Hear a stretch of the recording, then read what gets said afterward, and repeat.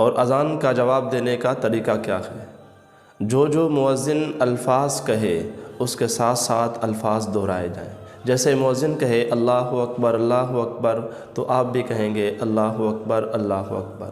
پھر مؤذن کہے اشہد ان لا الہ الا اللہ تو آپ بھی کہیں اشہد ان لا الہ الا اللہ۔ پھر مؤذن کہے اشہد ان محمد رسول اللہ تو آپ بھی کہیں اشہد ان محمد رسول اللہ۔ یہاں پر بعض لوگ درود شریف پڑھتے ہیں صلی اللہ علیہ وسلم، یہ خلاف سنت ہے۔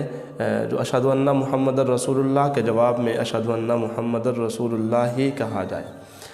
پھر مؤذن کہے حی علی الصلاۃ تو اس کے جواب میں لا حول ولا قوت الا باللہ کہا جائے، کیونکہ مؤذن نے کہا ہے کہ آ جاؤ نیکی کی طرف، تو نیکی کرنے کی طاقت اور برائی سے بچنے کی طاقت اللہ کی توفیق کے بغیر ممکن نہیں ہے، اس لیے ہم لا حول ولا قوت الا باللہ کہیں گے۔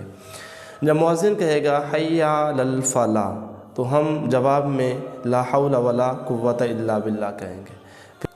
فجر کی اذان میں جب مؤذن کہتا ہے الصلاۃ خیر من النوم تو اس کے جواب میں الصلاۃ خیر من النوم ہی کہا جائے۔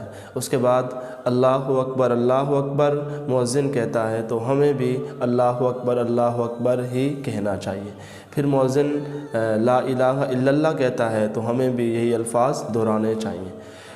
پھر جب مؤذن خاموش ہوتا ہے تو ہمیں درود شریف پڑھنا چاہیے اور اس کے بعد اذان کی دعا پڑھنی چاہیے۔ اذان کی دعا اللہم رب هذه الدعوة التامة والصلاة القائمة آت محمدا الوسیلة والفضیلہ وبعثه مقاما محمودا الذی وعدتہ۔